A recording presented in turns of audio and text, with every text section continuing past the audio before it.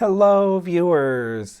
I'm searching for Chinese rice wine information, and I wanted to share some of the things I found on my search. Now, I've brewed red yeast rice wine, I've used Chinese yeast balls, and I've had Huangjiu in China, but I have a lot to learn. So I'm searching for more information, and there's three especially interesting sources that I want to show you today. The first source I want to show you is this video on YouTube, which is really a Chinese TV show, and it has English subtitles. It's about Shaoxing Huangjiu, this Shaoxing rice wine, and there's a lot of good segments in this video. Just point out a few of them that were especially interesting for me. First of all, there's a 93-year-old brewer near the beginning of the video. And it's very interesting to see all the jars, all the traditional earthenware jars that are used to brew this wine. Also, the fact that this segment, there's a lot of detail in the segment in the middle about how stirring is important to keep the temperature even at the beginning of fermentation, and also how these jars are sealed for aging with wet clay. So there's a lot of real information about the brewing process, the recipes. Another reason I was glad to find this video is that I had Huangjiu in China, but I didn't know a lot about it. So it was nice to see the process of making it and some details about the recipe. And another thing, I realized this is the type of brewing that Mr. Huang of Nuoyan Rice Wine House, this is the kind of brewing that Mr. Huang was reacting against. So if you watch this video, I have the link here and in the description. If you watch this video and then watch Mr. Huang's interview, then it'll help you understand what he's reacting against. The old-fashioned methods of production, like you see in this video, those are the methods that he's reacting against. So I think that helped me understand more about what he was getting at. The second video I want to show you today is this one. This is actually not on YouTube, it's on the Chinese video site, and it shows the method of production of red yeast rice. So there's some of my favorite things in this video are how the rice is spread out in the sun to dry. It's an important part of the process.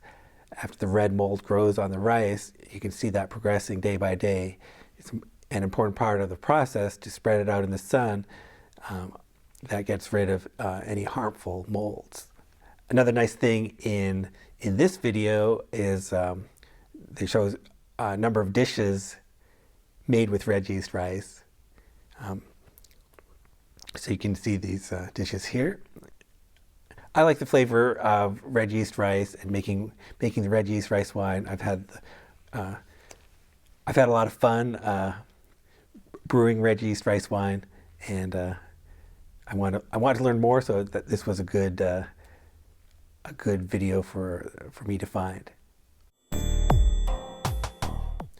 The third source I want to share with you today, I didn't find by myself. So this third source I got thanks to Pauline, a classical Chinese scholar.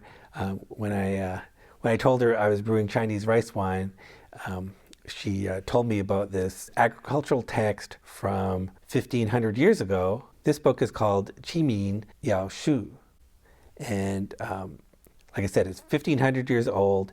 It contains all kinds of agricultural instructions and recipes, and in particular instructions for making yeast balls and brewing. This text hasn't been completely translated into English as far as I can tell, But so someone has translated some of these recipes in this book and has brewed with them. So this is the Alec Story brewing blog, and I think these recipes are fascinating. Check it out.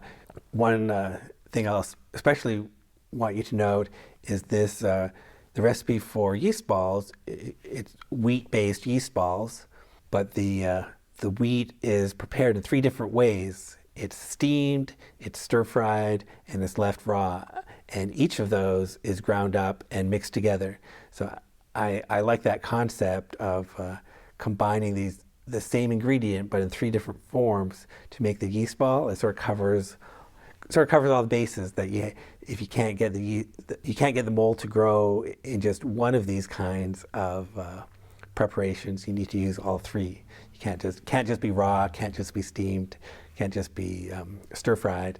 It combines all 3. So, and the translated recipe actually has a lot of, besides the details of the ingredients and the preparations, it has a lot of ritual things you're supposed to do. So evidently, to me, that means that that making these yeast balls, it wasn't always easy. It wasn't guaranteed. So you really needed to perform a lot of additional rituals. And if you did the wrong thing, maybe things wouldn't work out. Take a look. Thank you, Pauline, for pointing me in this direction and telling me about this agricultural text and this translation. I hope you enjoyed this video. If you like this video, please click that like button and subscribe. Thank you for watching.